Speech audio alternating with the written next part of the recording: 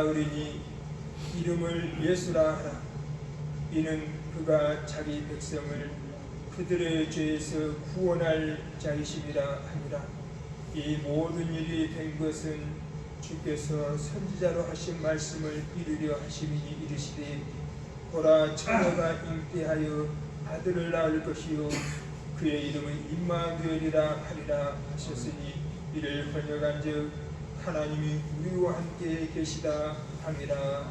아멘. 지극히 높으신 영광의 하나님께서 죄에 빠져 영원한 사망길에 처했던 우리 인류들에게 우리들에게 죄사함의 은혜를 베풀어 주시고 죄에서 구원하시사 천국에서 영생 복락을 누리며 이 세상에서도 하나님의 자녀로서 살아갈 수 있도록 이 크신 은총을 우리 인류들에게 우리에게 베풀어 주시기 위해서 하나님께서 사람이 되어서 탄생하신 이 성탄절을 맞이해서 이 시간에도 다시 한번 우리 하나님의 은혜를 깨달으며 무한 감사와 영광을 올립니다. 예수 그리스도의 탄생은 우리에게 구원의 길을 열리는 첫 번째 길이요, 또한 예수 그리스도께서 십자가의 피 흘러 희생제물이 되어주심으로 우리의 죄사함의 은혜가 성취되었으며 예수 피로 말미암아 죄사함의 은혜와 구원의 은혜와 하나님의 귀한 자녀 은혜를 입어서 살아갈 수 있도록 우리들에게 이처럼 크신 은총을 베풀어 주신 우리 아버지 하나님 앞에 이 시간에도 만만 감사와 영광을 올립니다. 이 시간에도 온 인류가 성탄의 의미를 다시 한번 깨닫기를 원합니다. 특히 하나님의 귀한 백성들이 왜 하나님께서 인간이 되셔서 이 세상에 오셔야 했는지 다시 한번 깨닫는 귀한 은혜가 우리 모두에게 임하기를 원합니다.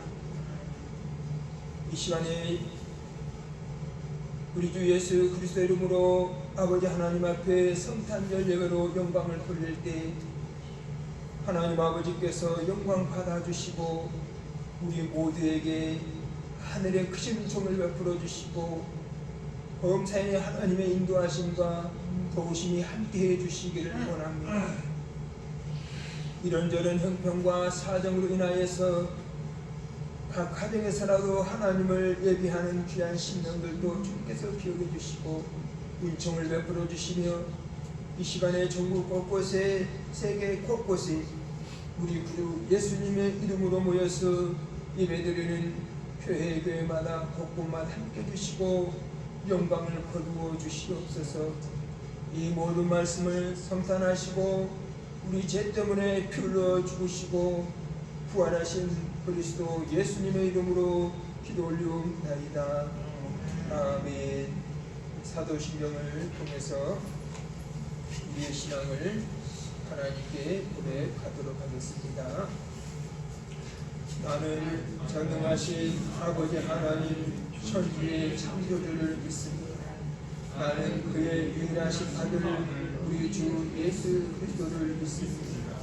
그는 성령으로 잉태되어 동정녀 마리아에게서 나시고 본디오 빌라도에게 고난을 받아 십자가에 못 박혀 죽으시고 장사하는 지 사흘 만에 죽은 자 가운데서 다시 살아나셨으니 하늘에 오르시어 전능하신 아버지 하나님 우편에 앉아 계시다가 거기로부터 살아있는 자와 죽은 자를 심판하러 오십니다.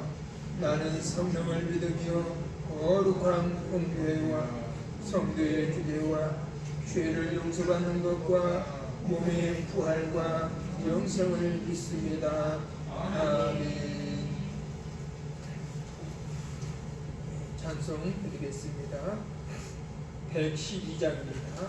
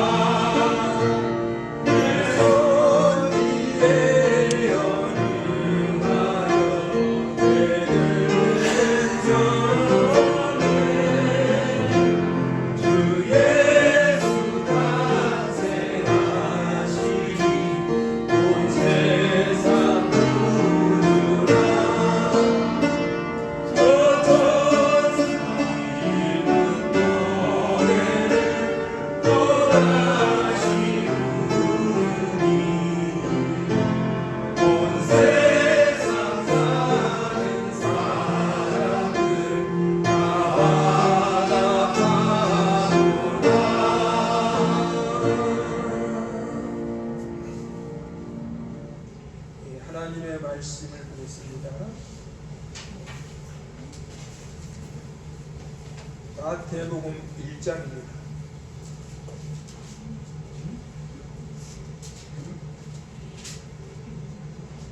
마태복음 1장 18절부터 25절까지 말씀을 찾아서 교독을 하도록 하겠습니다. 자리에서 일어서서 교독합니다.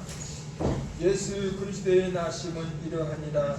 그의 어머니 마리아가 요셉과 약혼하고 동거하기 전에 성령으로 잉태된 것이 나타났더니 그의 남편은 의로운 사람이라 그를 변하지 않으려고 가만히 끊고 자하여 이 일을 생각할 때에 주의 사자가 현몽하여 이르되 다윗의 자손 요셉아 내 아내 마리아 데려오기를 무수하지 말라. 그에게 잉태된 자는 성령으로 된 것이라. 아들을 낳으리니 이름을 예수라. 이는 그가 자기 백성을 그들의 죄에서 구원할 자이심이라 하니라. 이 모든 일이 된 것은 선지자 주께서 선지자로 하신 말씀을 이루려 하심이니 이르시되 보라 천녀가 있다야 하늘 날 것이요 그의 이름은 임마누엘이라 하라. 하셨으니 이를 보려는 절적 하나님이 우리와 함께 계시다. 요셉이 잠에서 깨어 일어나 주의 사내 분부대로 행하여 그의 아내를 데려왔으나 아들을 낳기까지 동침하지 아니하니 나음의 이름을 예수라 하니라. 아멘. 자리에 앉아주시고요. 찬송하도록 하겠습니다. 109장 찬송하겠습니다.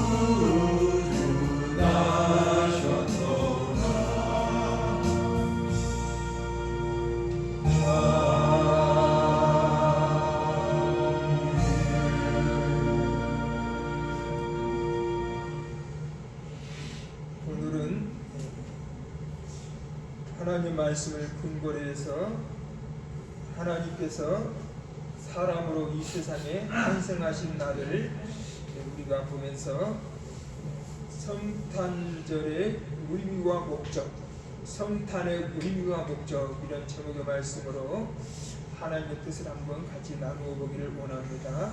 한번 따라서 해보실까요? 성탄 의미와 목적.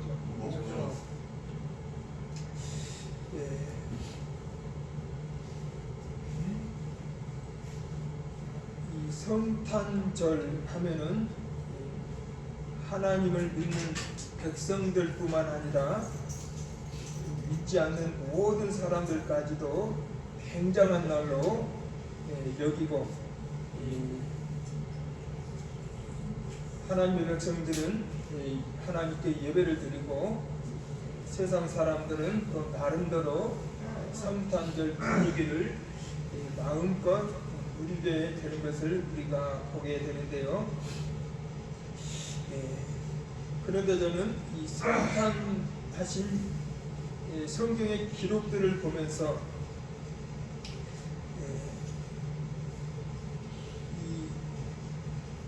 물론 예수님은 구약 성경에 예언되고 약속된 그대로 성취하신 그러한 장면들을 우리가 보게 되는데요. 예를 들어서 구약의 수많은 성경들이 앞으로 메시아가 오실 것이다, 온 인류를 구원할 메시아, 그 메시아가 오실 것인데 그분은 바로 하나님이시다. 그리고 그분이 사람으로 이 세상에 태어나신다. 그리고 그분이 아들로 오시고 또 아기로 태어나신다. 그리고 그분이 태어나실 때 동정녀의 몸에서 태어나신다. 그리고 그분은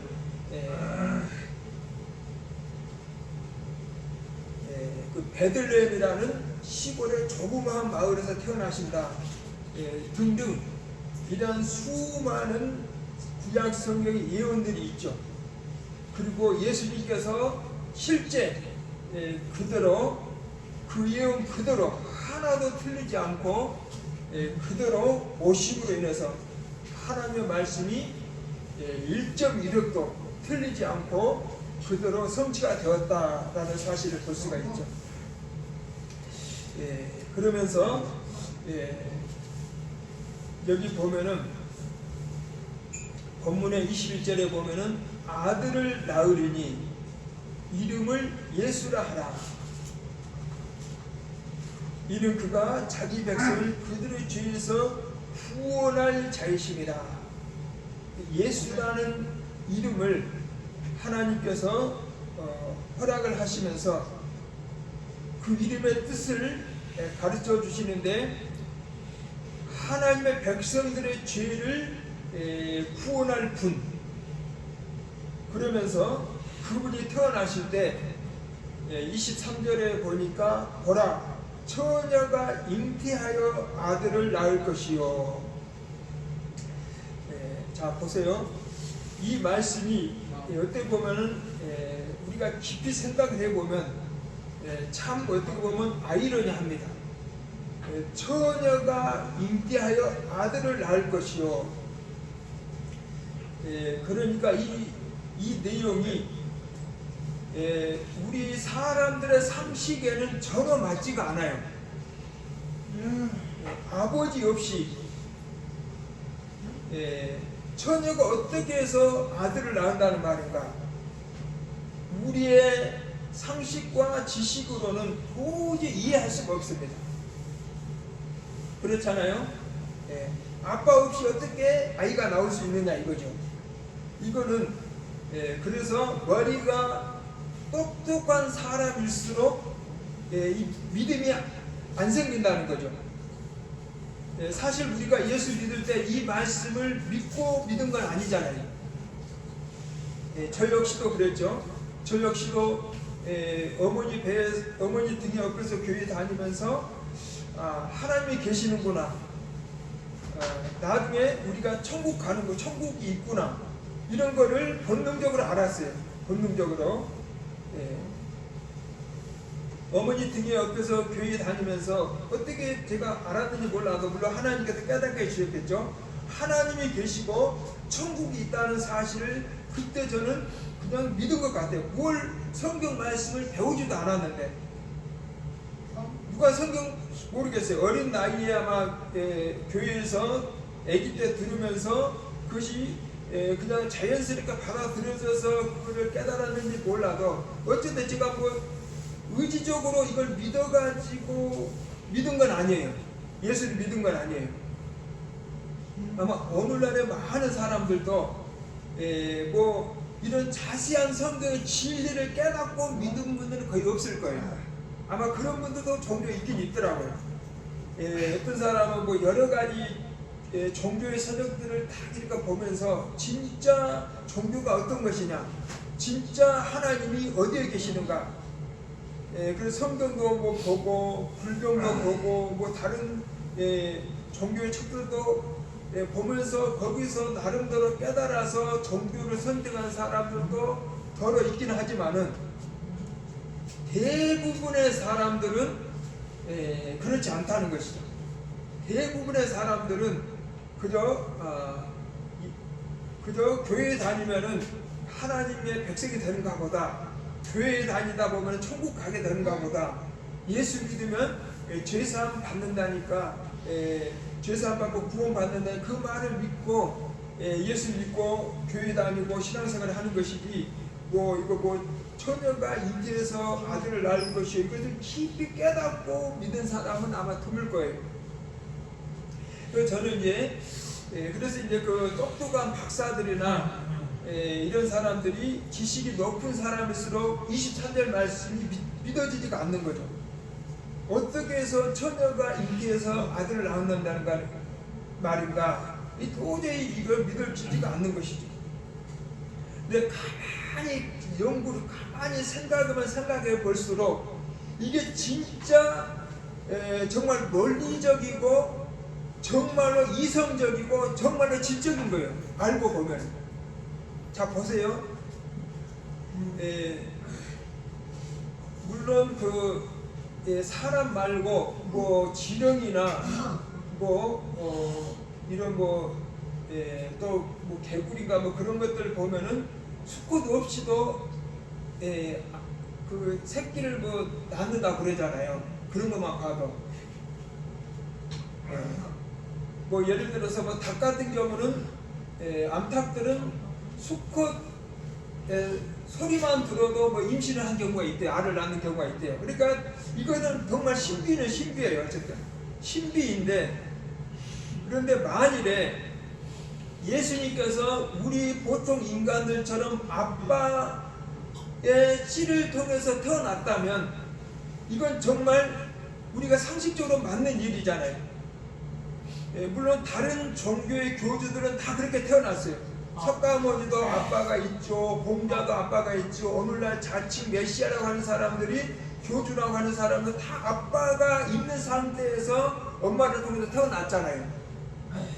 그런데 유독 예수님만이 아빠 없이 태어났다, 그 말씀이죠. 보라, 처녀가 잉태하여 아들을 낳을 것이요. 그래서 사실 이 마리아도 이 남편 요셉과 동거하기 전에 이미 성령으로 잉태돼 버린 거예요.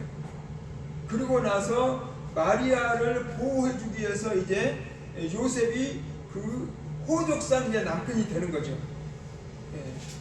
하나님께서 아주 기가 막히게 역사를 하신 거죠. 어떻게 보면은, 만일에 예수님께서 보통 인간들처럼 아빠 있는 상태에서 태어났다면, 그러면 결론적으로 구세주가 될 자격이 아예 없는 거예요. 구세주가 될 자격이 없어요. 만일에 예수님께서 아빠 있는 상태에서 태어나셨다면 하나님 보시기에 구세주 될 자격이 없는 거예요. 인류를 위해서 희생 제물이 될 자격이 아예 없는 거예요.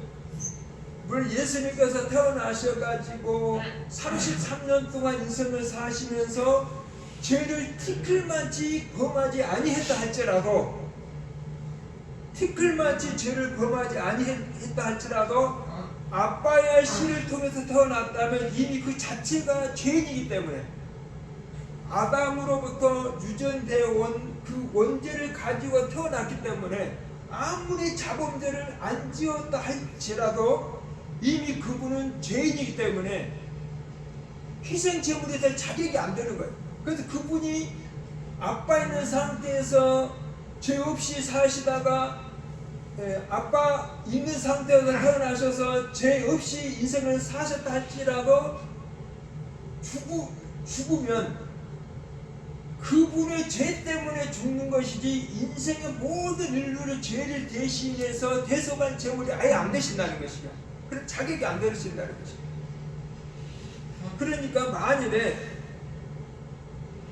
아빠가 있는 상태에서 태어나셨다면 우리 상식에는 맞는데 가만히 이성적으로 생각해보면은 이게 안 맞는 거예요. 논리적으로도 안 맞는 거예요. 희생제물 자체가 아예 구세주될 자격이 안 돼버리는 것입니다. 그래서 하나님께서는 아빠 없이 성령으로 잉태되게 하셔가지고 그것도 동정녀 처녀의 몸에서 한 번도 남자를 알지 못하는 처녀를 통해서 그 몸속에서 잉태하게 하시고 인해서 그분은 모든 인간들이 가지고 있는 원죄가 없어요. 원죄가 없어요. 1차적으로 자격이 되시는 거예요. 원죄가 없으니까. 아담으로부터 유전된 그 원죄가 아예 없어요. 그 유전죄가 없다는 말이죠. 거기에다가 33년 동안 정말로 죄악만 이 세상에서 생활하시면서도 죄를 티끌만치도 범하지 아니하고 온전히 100% 하나님 말씀에 순종하시면서 살아셨기 때문에 자범죄 역시도 전혀 없는 거예요. 그 흠과 티가 전혀 없는 분이에요. 그렇기 때문에 그분의 희생제물이 되어주실 자격이 생기고 그분이 희생해 주심으로 인해서 우리 모든 인류가 그 분만 믿으면은 죄사함의 은혜를 입는다는 거죠. 그래서 천국의 백성이 된다는 거예요. 하나님 백성이 된다는 것이죠. 그 얼마나 가만히 성경 깊이 알고 보면은 그래서 처녀가 이 아들을 낳아야만이 되는구나. 그래서 우리가 진짜 이 진리만 깨닫는다 할지라도 이 구원을 발견할 수가 있는 거예요.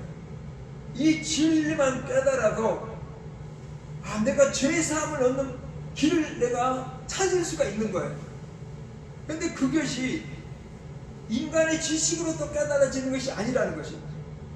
하나님께 은혜를 베풀어 주셔가지고 성령께서 쫙 조명을 시켜 주셔야 내가 죄인이고 그렇기 때문에 내가 이 죄 문제 해결하지 못하면은 하나님의 진노 심판을 당할 수밖에 없는데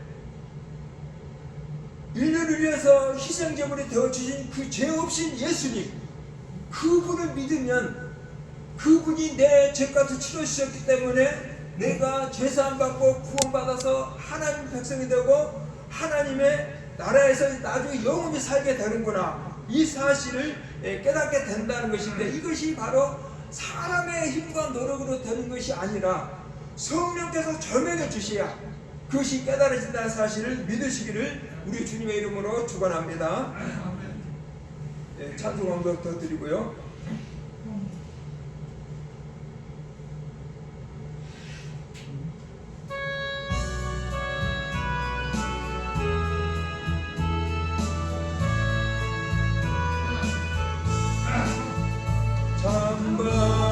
반가운 성도여 다 이리 와서 내들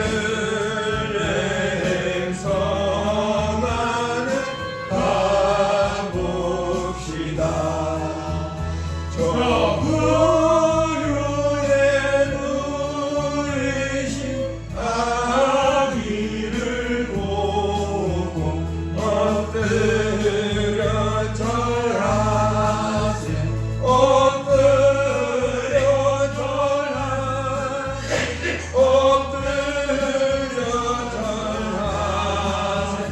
구주 나셨네 저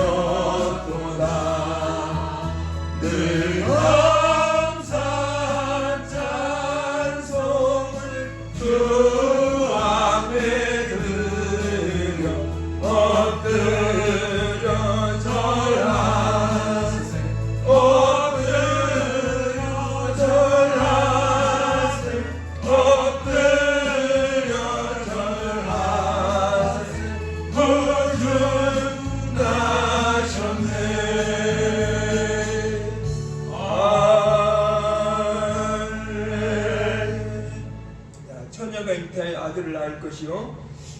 그래서 만일에 예수님께서 아빠를 통해서 태어나셨다면 인간의 상식에는 맞는데 진리에는 모순이 된다. 그렇지만 감사하게도 아빠 없이 태어났기 때문에 인간들의 상식에는 좀 이해가 안 되지만은 이것도 성령으로 잉태되셨기 때문에 하나님은 못하시는 것이 없는 분이시기, 전능하신 분이시기 때문에 전능하신 하나님이라면 이 사실로 사실 못 믿을 이유가 없죠. 전능하신 하나님인데 뭘 못하시겠어요. 그래서 성령으로 아빠 없이 태어나신 예수님이시기 때문에 그분은 원죄도 없으시고 자범죄도 없으시기 때문에 희생제물이 되어주실 자격이 온전히 되신다. 완전 무결하신 분이 되신다. 그래서 그분만 믿으면 내가 확실히 죄사함받고 구원받아서 천국에서 영원히 살게 될 뿐만 아니라 이 세상에서도 하나님의 자녀로서 하나님의 은혜를 받고 살아갈 수 있다는 사실을 믿으시기를 우리 주님의 이름으로 축원을 드립니다. 그러면서 저는 또 이런 생각을 해봤어요.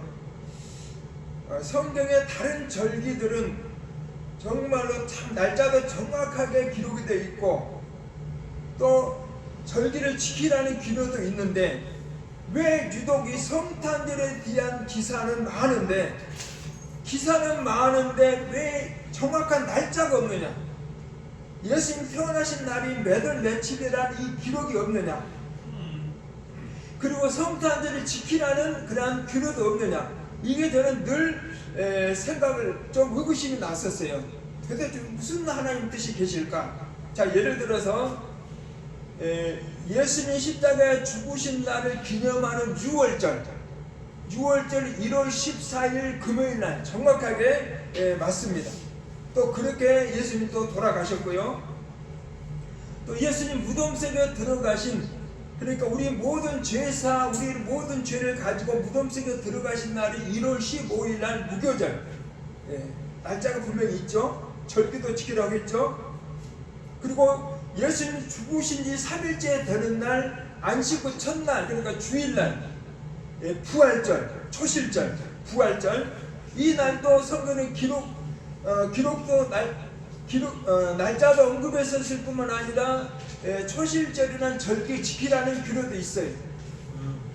그리고 초실절부터 시작해서 50일째 되는 날 오순절날도 지키라는 규례가 있어요. 성령의 또 오심도 성취됐죠. 성령의 오심으로. 그리고 나팔절 7월 1일날 지키라고 그랬죠. 날짜도 있죠. 7월 10일날 속죄절 날짜 있죠. 지키라고 그랬죠. 7월 15일날 초막절 날짜도 있고 지키라고 그랬어요. 모든 절기는 다 날짜도 있고 다 지키라는 규례도 있는데, 그런데 유독 성탄절 언제 태어나셨는 날짜가 없어요. 날짜가 12월 25일 날이 예수님 태어나신 날이 아니에요. 아니, 틀림없이 아닙니다. 그래서 이제 아마 그 초대교회에 아마 그렇게 예수님 태어나신 기록이 있는데 날짜가 없어서 아마 그 연구해가지고 아마 그 의미를 부어서 아마 그 했다는 그런 내용이 있긴 있더라고요. 예를 들어서 일단 있고요. 그런데 성탄절을 지켜라 그 말씀이 없다는 것이죠. 그래서 제가 일부러 여기 성탄절 현수막 같은 거는 안 걸었어요. 왜냐하면은 성경에 그것이 없기 때문에. 그래서 우리가 하나님 말씀 지키는 것도 온전히 지키는 것도 쉽지 않은데 구태여 지키라는 말씀도 없는데 우리가 일부러 지킬 필요가 뭐 있을까? 지키라는 것이나 제대로 지키지.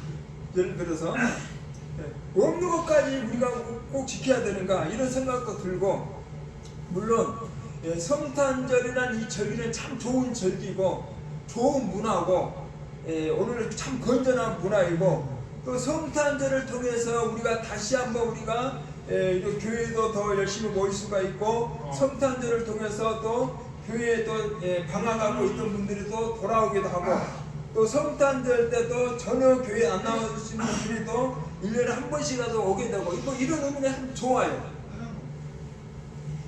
좋은 점도 많이 있지만은, 왜 성탄절에 대한 정확한 그 태어나신 날짜를 하나님께서 가르쳐 주시지 아니하셨고, 또 거기에 지켜라 라는 그러한 규례도 주시지 않았을까. 제 나름대로 가만히 묵상하고 묵상 결과 어떤 결론을 내리게 됐냐면은, 예수님은 이 세상에 오실 때 섬김을 받으러 오신 것이 아니라 우리를 섬기러 오셨다. 마가복음 10장 45절에 그 말씀 있잖아요. 제가 읽어드릴게요.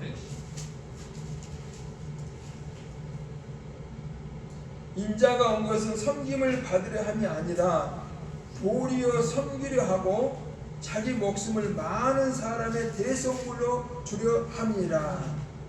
예수님은 이 세상에 오실 때 섬김을 받으러 오신 건 아니에요.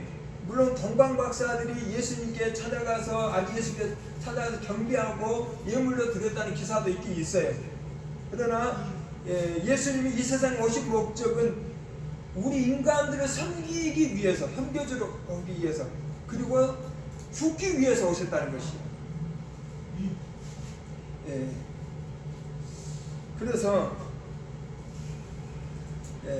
저는 이런 생각을 해봐요. 오늘날의 사람들은 어쩌면 자기 생일날이면은 굉장히 관심을 많이 갖잖아요. 자기 생일날이면 자기 생일날 다 기억을 해가지고 얼마 전부터 기억해가지고 미역국을 안 끓여주면 서운해하고 선물 누가 안 주면 서운해하고 그러는데, 사실 예수님의 정신을 알면 그럴 필요가 없는 거예요. 사실 자기 생일이 되면 자기가 누리는 것이 아니라 자기를 낳아준 부모님을 생각해야 돼요. 나를 낳기 위해서 내 어머니가 얼마나 고생을 하셨던가, 그거를 생각을 하면서 부모님을 생각을 해야 되는데, 부모님은 딴전이고 자기 생일에 선물 받는데 관심을 갖는다면 이거 말이 안 된다는 거죠. 이게 그 생일의 진정한 의미를 잘 모른다는 것이죠. 그리고 사람들은 어떻습니까? 77순잔치, 80잔치 등등 잔치하면서 굉장한 행사도 하면서 그런 사람들도 있잖아요. 그래서 저는 물론 제가 얼만큼 또 하나님께서 이 세상에 삶을 허락하실지 모르지만은 저는 7순잔치도 저는 없어요. 혹시 또 8순을 또 하나님께서 허락하실지는 모르겠지만 8순잔치는 없어요. 아예 그런 거 저는 안 해요. 저는 하게 된다면 그런 날을 특별한 의미를 두어가지고 소외된 사람들을 초청해가지고 그분들을 대접하는 것이 의미가 있는 것이지, 저는 실제 저는 지금 생일도 저는 관심을 안 가지고 있어요. 우리 집사람한테 생일날 미역국 안 끓여줘, 우리 집사람도 생일날 제 생일날 챙겨줄 생각도 안 하고, 저도 그런 신경도 안 쓰고, 알면서도 저는 어떤 때 모른 척하고, 어떤 때는 저도 모르게 지나가 버리기도 하고, 하나 서운할 게 없어요.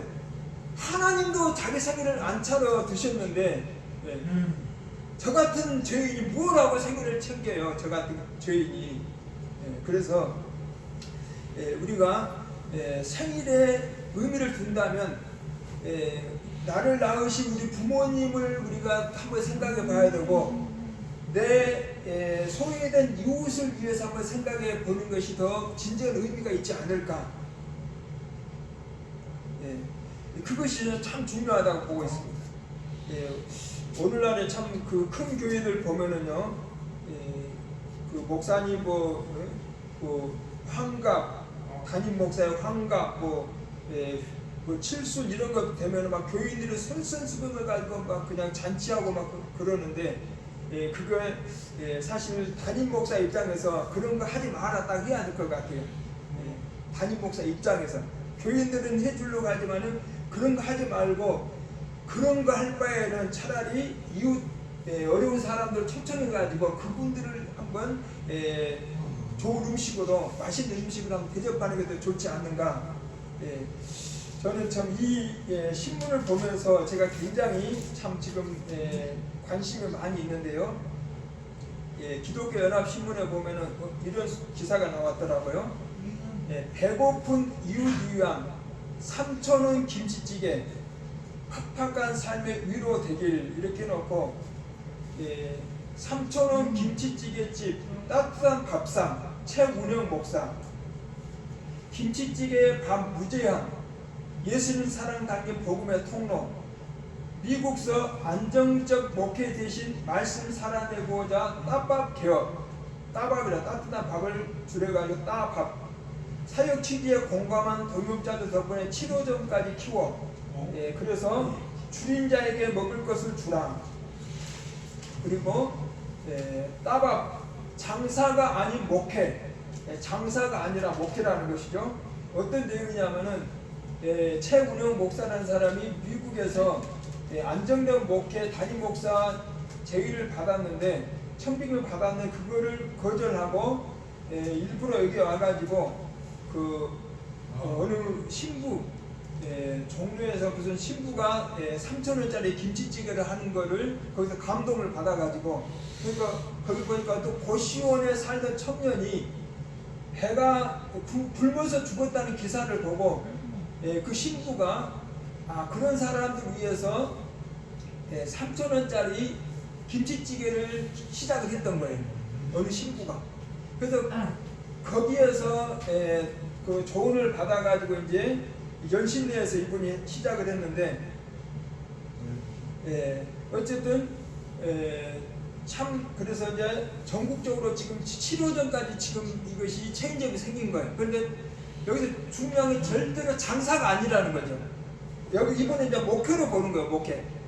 그리고 어려운 사람들 그러니까 돈 없는 사람들 오늘날 점심 한 끼 먹는다고 뭐 돈 10,000원 가까이 돼버리잖아요. 워낙 물가가 비싼데. 그런데 3,000원이니까 부담도 안 되고 괜찮잖아요. 그렇다고 처음에는 무료 급식도 생각을 했었대요. 무료 급식을 하면은 자존심이 상할까 봐서 최소한의 비용이라는 거죠. 그래서 이 3,000원이 뭐냐면은 여기서 이제 뭐 임대료 그리고 식재료비 그리고 이제 인건비 이렇게 해가지고 이제 여기 그렇게 3,000원씩 팔아도 남는지를 모르겠어요. 근데 그거 가지고 운영이 된다는 거죠. 그래서 정말 저도 해보고 싶어요 이거.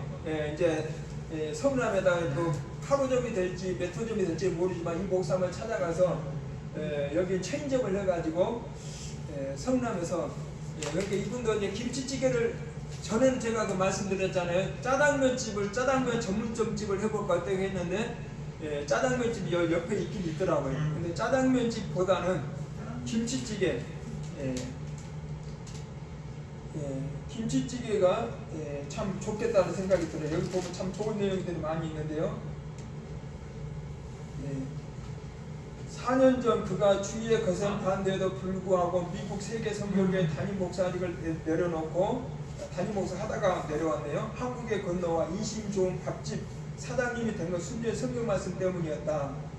어느 날 문득 교회 주변에 왜 가난한 사람이 많을까 생각이 들었어요. 그러면서 내용인즉 이문수 신부, 이문수 신부가 맨 처음 시작을 했나봐요.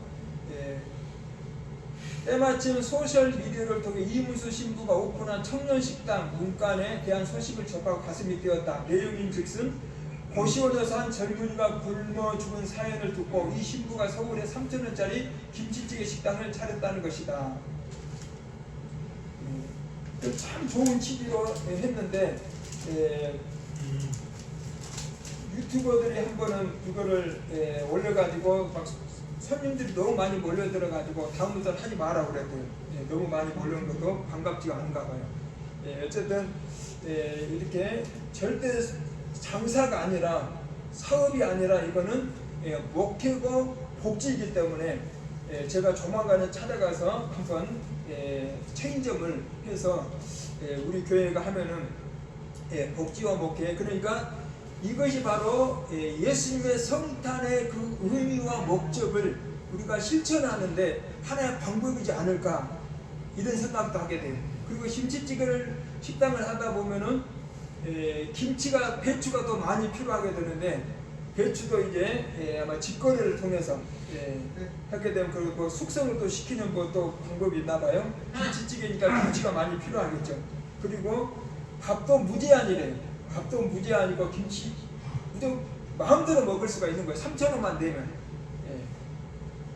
그러니까 이제 배고픈 사람들 위해서 돈이 부족하고 배고픈 사람들 위해서 그 사람들에게 위로하는 이런 좋은 정신을 가지고 하는 이 사업이 저는 굉장히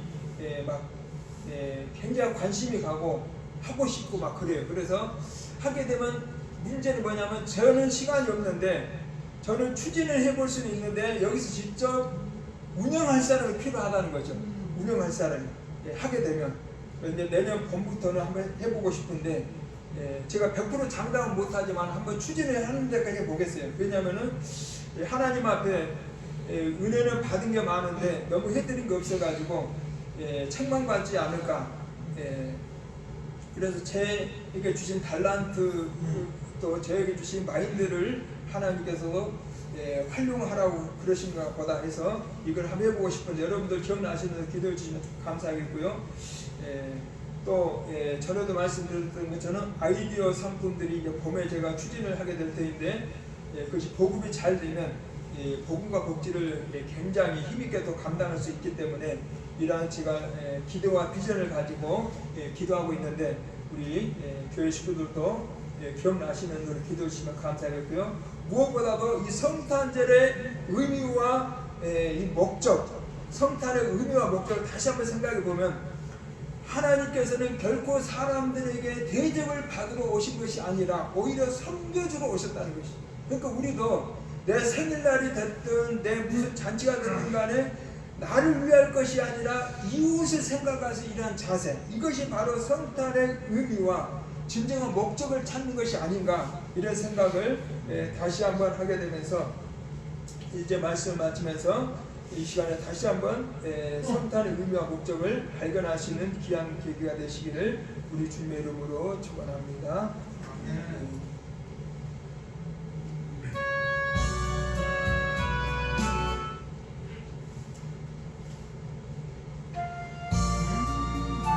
112장입니다.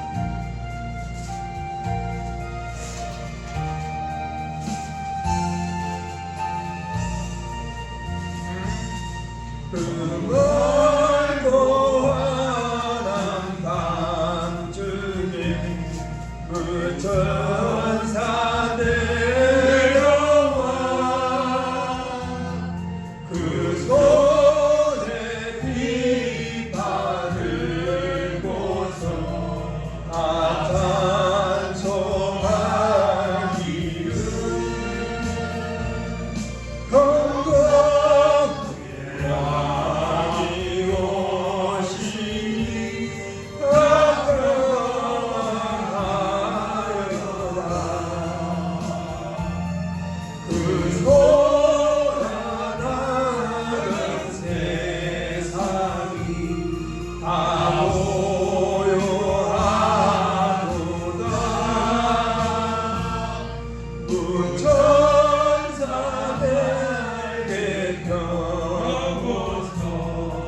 이 땅에 내려와 그대의 부른 노래가 또다시 들리니 이 슬픈 많은 세상에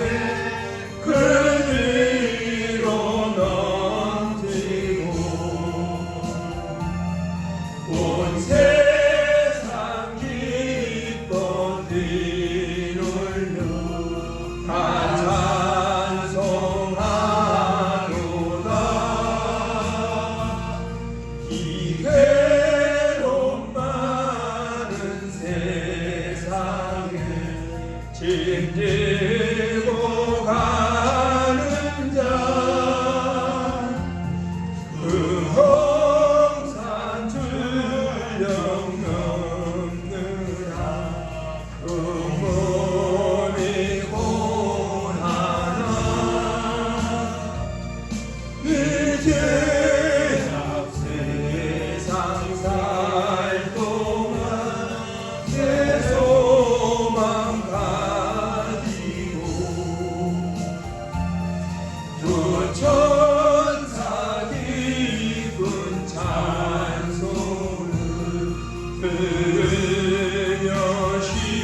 그여시여라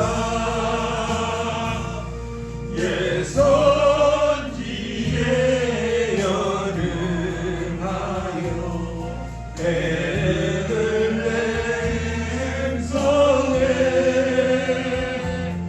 주 예수 탄생하시니 온 세상 구주라 저 천사들이 부른 노래를 또다시 부르니 온 세상 사는 사람들 화답하노라.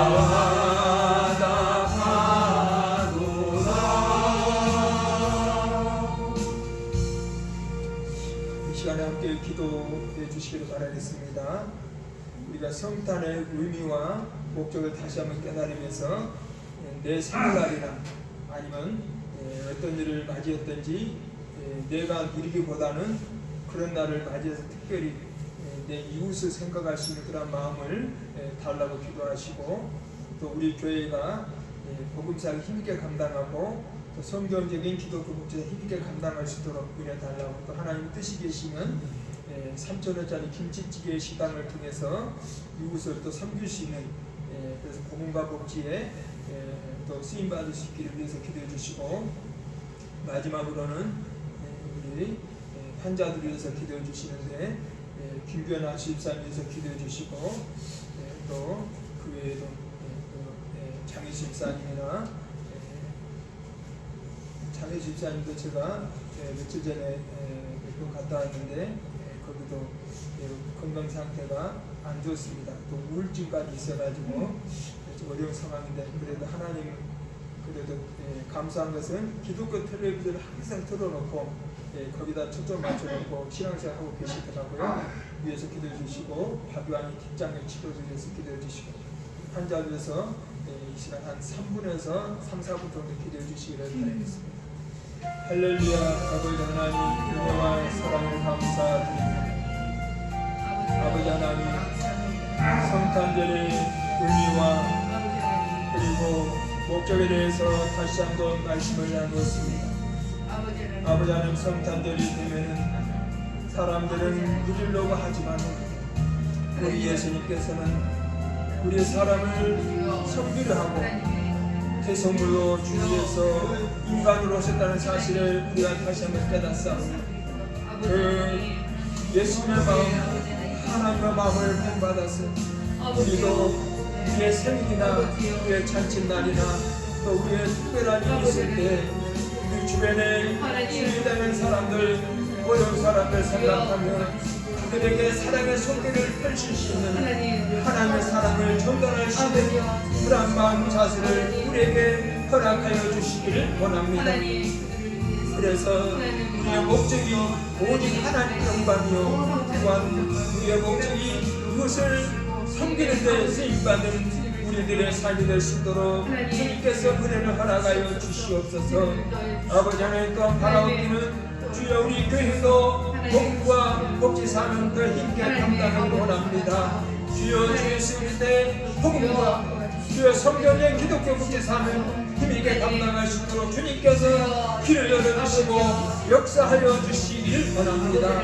주여 발명하여 제품들을 통해서 주여 또한 선한 삶 힘있게 감당하게 도와주시고, 또한 주님의 뜻이 계시면 주여 따뜻한 밥상 김치찌개 3,000원짜리 식당도 허락해 주셔서 이 주변에 주여 어려운 사람들을 조금이라도 섬기시도록 주님께서 은혜를 허락하여 주시옵소서.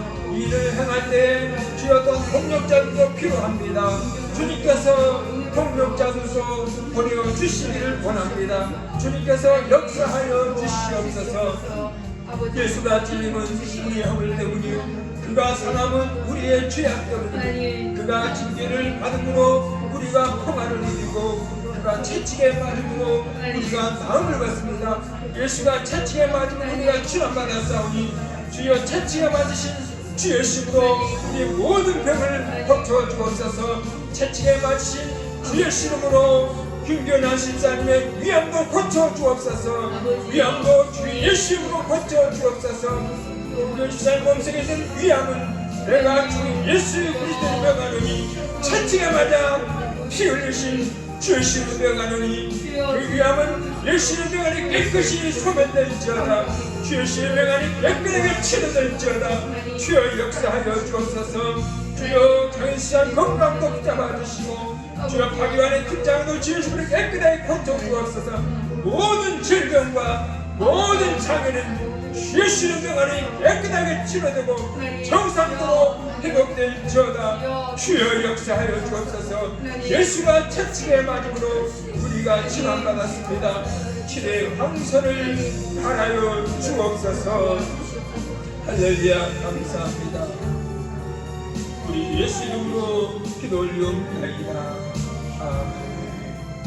아버지 하나님 감사합니다. 이 시간에도 주일 예배로서 아버지 하나님 앞에 영광 돌립니다. 특별히 성탄하신 하나님의 마음을 우리가 본받기를 원합니다.